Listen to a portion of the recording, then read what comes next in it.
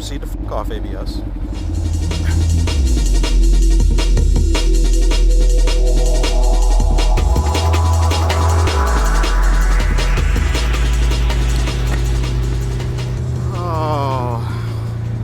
Traction control and ABS butt hurts are a thing.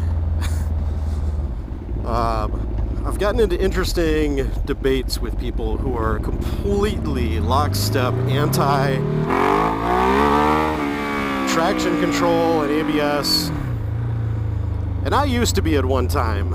Of course, I was completely ignorant as to the benefits of these systems. But basically, the long and the short of it is, on the Diavel, you can manually turn this stuff off, like I just showed at the beginning of the video. You'll notice the light on the dash is angrily protesting, saying, "Hey, you turned ABS off, man. That's not safe."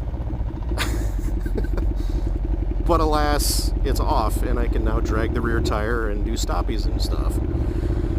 So, people who complain about these things frequently have no experience to the positive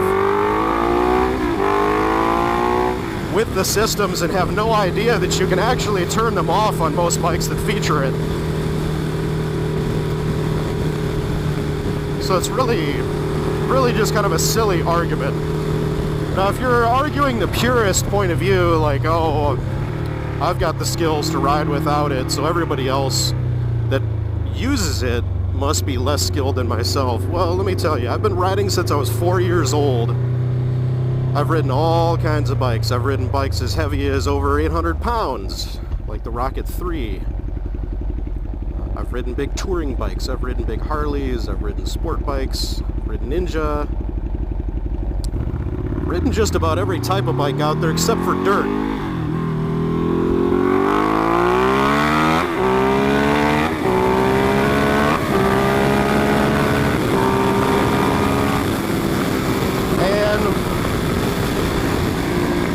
When I say that there's a time and a place for systems like traction control and ABS, like say you're not on your A game, you're friggin' exhausted, you've just got done with a 500-mile ride, or even a 250-mile ride through the canyons like I frequently do in the summer, and you're not on your A game, you're exhausted, you're coming home, it's dusk, people on the road are driving like idiots, and you suddenly hit a construction area and there's gravel and crap. There's little, that they call it bitumen, or it's basically pea gravel on the road, on top of all the other crap, dust and general shittiness.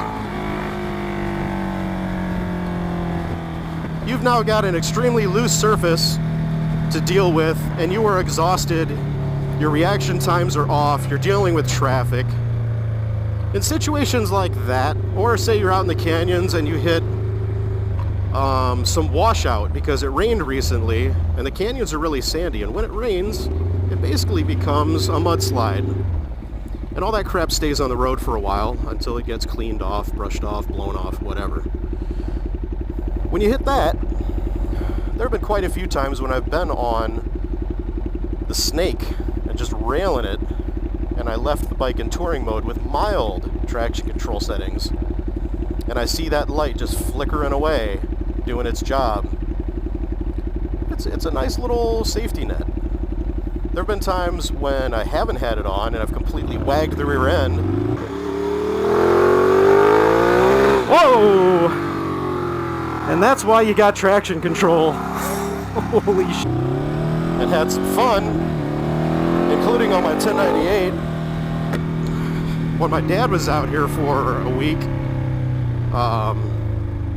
good thing I didn't pull a wheelie. When my dad was out here, he was riding the Diavel with us, and I took the 1098 up to Malibu with my friends. Came up over a crest, forgot that it was one of the really sharp hooks, and had to get hard on the brakes. The rear end wagged, and then it just dipped right into the turn. In that situation, it probably would have been quite a bit safer had I had a Panigale with all of the safety features But I didn't. But because I've got the riding experience under my belt, I was able to save it. Now, you can't say that about new people. And I feel like anybody advocating for no safety features whatsoever aren't thinking about the risk to new riders and the potential fatalities, because honestly, some of the most common fatalities in the motorcycle community is people losing control. You go wide in the corner, you get into a sketchy situation with a car, and you make the wrong choice, lock up the brakes, dump the bike, you go under a semi. There's all kinds of nastiness that can happen. And I really feel like having that extra little safety net there is a good thing overall for the motorcycle community as a whole, because it means more people get to go home to their families at the end of the day. And that's a good thing. So, if somebody's pissing and moaning about nannies or whatever they want to call them, it's honestly no big thing. Their thing is probably stunting or doing whatever, but I rarely see anybody doing stoppies. So it's kind of funny that people complain about ABS when they're very rarely actually locking up any wheels or going up onto the front, which is something that I'm going to practice on the Diavel pretty soon. I got up to the point with my Speed Triple where I could do 45-degree stoppies. Now the Diavel, it's going to be a bit freakier because that bike weighs, I think, at least 100 pounds more. And it's big, fat, wide, and not sure how it's going to react, but we'll see. So, I'm going to play around more with everything turned off. But as a whole, I think it's great that more and more bikes, including the Triumph Classic line, are even introducing these features. And again, you could turn them off if you don't want them. It's an annoying extra step, but you could turn them off, you can still hoon it up, and if you really want to be dangerous, you can completely circumvent the electronics so they never turn on, like completely removing your ABS unit. But that's another story for another time.